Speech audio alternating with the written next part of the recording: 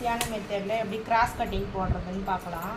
First பேக்கை கரெக்டான அளவு கட் பண்ணி எடுத்துக்கணும். சிங்கிளாக கட் பண்ணி எடுத்துகிட்டு இந்த பேக்கில் ஃப்ரண்ட் அளவு தான் கட் பண்ணியிருக்கணும். இருக்கு கட் பண்ணியிருக்கணும்.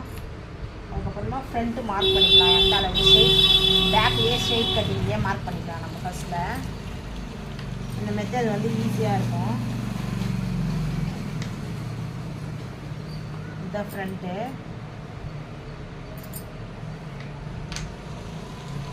இப்போது இது அப்படியே இந்த பக்கம் ஃப்ரண்ட்டு வரைஞ்சிருக்கோம்ல பேக்லேயே, அதை அப்படியே கரெக்டாக போட்டு எடுக்கணும்.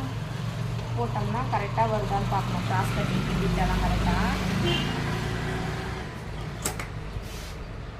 பேக்கை வந்து 1 இன்ச்சு மடித்து அப்படியே இந்த சைடில் கட் பண்ணிவிடும்.